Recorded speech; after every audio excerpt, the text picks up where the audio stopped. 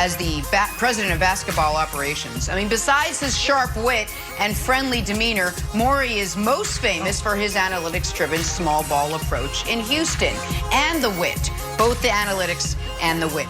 And that leaves Joel Embiid and especially Ben Simmons in a bit of an awkward position. Chris Broussard, should Doc Rivers and Daryl Morey clean house in Philadelphia now? Absolutely not.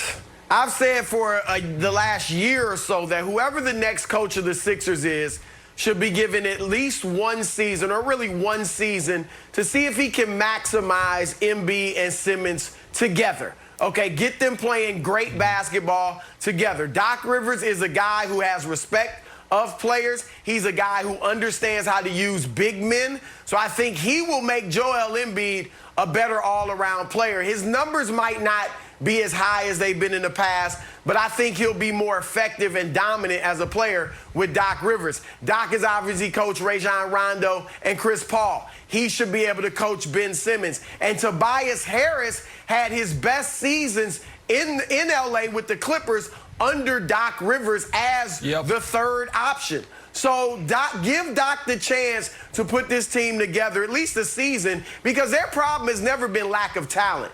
It's been lack of chemistry, lack of fit, lack of playing smart basketball. If next year is another disappointing finish, then you can trade one of your big-time stars, and Daryl Morey's a guy that can get a lot in return for that. All right, I have two major points here. One is personal and one is analytical. I'm going to start with the personal. The personal one is I am very upset and a little wounded by Daryl Morey's decision. I talked to Daryl last week.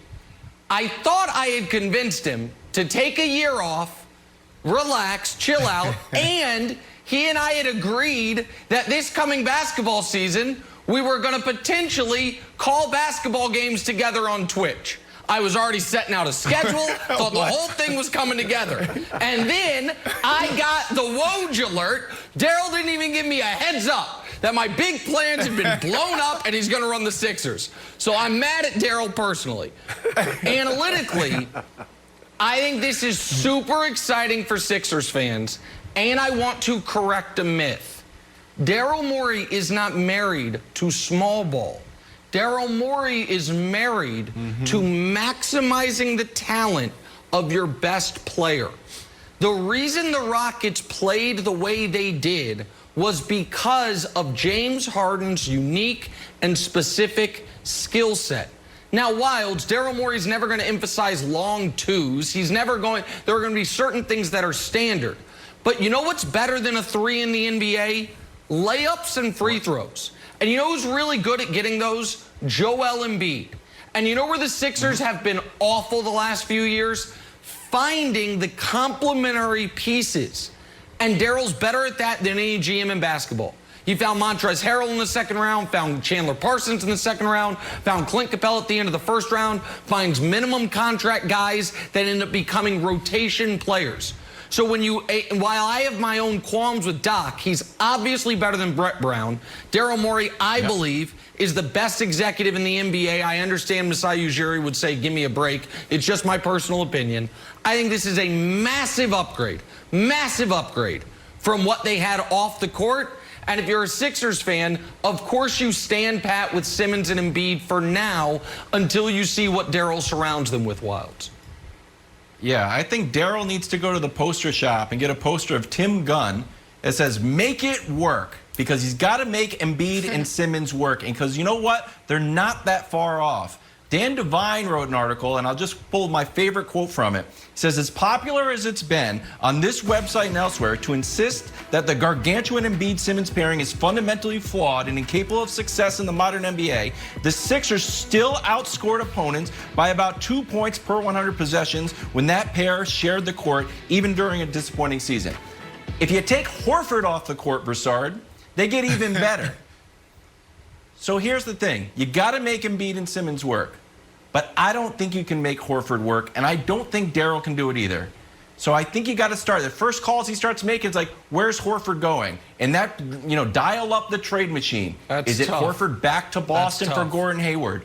Is it Horford for Buddy Hield? Is it Horford for John Wall's terrible contract? Is it Horford to Leon Rose? Hey, do you want this huge contract? As more of a salary dump.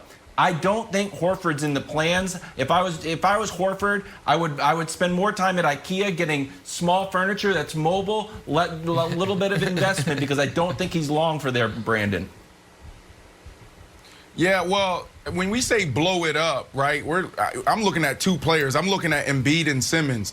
And Nick, you know this better than anyone. You're closer to this guy than anybody else. You've gone on Twitch and you're going to have a whole show. I don't know what you were creating, but you understand this guy. His MO is to acquire talent, the best out there, not to get rid of them. So no, you don't blow them up. But you got to think about the thing that to me was more intriguing is not about the players, but what type of philosophy with his out-of-the-box way of thinking is he going to bring to this team. Now, when you talk about Horford, yeah, I do believe he could be a guy that's gone. When you look at the last 10 years in the NBA, whenever there's some type of trade, it seems like Morey's name is on it. He's in the mix. He's somehow trying to wheel and deal to see who he can add to the team to support his superstars. So for me, what's more intriguing is his way of thinking and his philosophy that he'll bring to this team.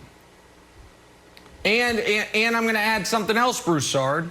The cupboard had become totally bare in Houston. And I know folks will say that was Morey's doing, and Daryl hasn't told me this, but enough other people have reported something close to it. Tillman Fertitta said the Chris Paul contract was the single worst contract he had ever seen in the history of business. Right. Not sports, business. And so to get off that, you had to trade away all your future assets.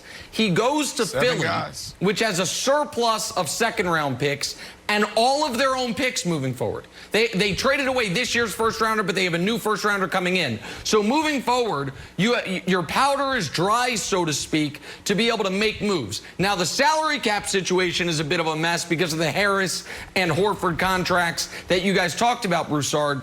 But I do think Daryl can make significant moves, especially with an ownership group that's got a ton of money, Jenna, in a year when a lot of teams might be trying to cut salary. That's true. Yeah, I want to show you guys this. So, this is funny. One of Doc's new assistants, Dan Burke, actually called out Embiid last year when he was with the Pacers. Got to be careful what you put out there. You never know how your life's going to change. He wrote, I think Embiid gets away with a ton of crap the league ignores. So Embiid tweeting, yes, sir, now we can enjoy together what the league lets me get away with. I love Joel Embiid. Broussard, is this something or nothing? Well, I'll tell you what, this tells me that Dan Burke never thinks he'll be a head coach, because you got to be careful what you say about stars. Yep. You never know who you can end up coaching. But I like Embiid's approach. He had fun with it. I think when they first see each other in Philly at practice, they'll laugh about it and they'll be able to move on. So it's not a big deal. Yeah, I never had a situation like this with a coach, but I did have a situation like this with a player, Joey Porter, talking so much trash out there, and we were going at it. And it wasn't like it was just trash talk. It was getting personal. Then we fast forward to the Pro Bowl that year. We're on the same team, and it was super awkward. And all the guys, Peyton Manning, Champ Bailey, everybody just stood up and said, okay, what are you guys going to do now? So after that, we were able to move forward. But this reminds me of that situation. Yeah. And Jenna, it reminds me of when Wildes joined the show. Wildes in 2014 went on the Bill Simmons podcast and just flamed me, and I've never even mentioned it to him. You move on. You get together and you move on. You work together, and it was a different time. 2014. Well, let's do just that. Let's move on. Take a turn, head north to Cheese Country. Are the Packers about to get the last remaining piece of what could be their championship puzzle? It's next. Broussard.